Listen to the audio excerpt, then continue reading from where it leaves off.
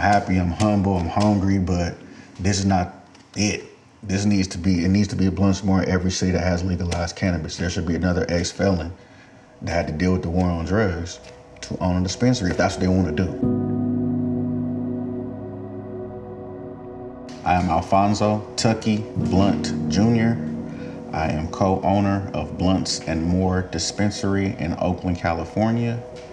I am the first ex-felon for cannabis sales to own a cannabis dispensary under Oakland's equity program. I got 10 years of felony probation for my first, I'd never been to jail before. Got 10 years of felony probation with a 4-way search clause. Fought my case, got it sealed, got it expunged, and kept on rolling.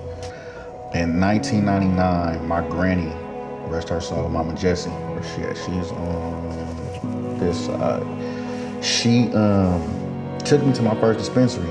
Never thought I would open one. I've never seen a black owner before. Mind you, I had been trying to open a dispensary, like I tried to open one in 01, 02. Told black people never own a dispensary. From 19 saying I was gonna open a dispensary to actually having one, and I'm ecstatic. Now we're trying to thrive in the industry where they're trying to do everything they can to make us get out, but we still thriving. It's different in different states. Every state got a different thing going on. I don't need to be greedy. And there's a lot of greed going on. We're not greedy here. We want everybody to eat, so why not? Let's all eat together.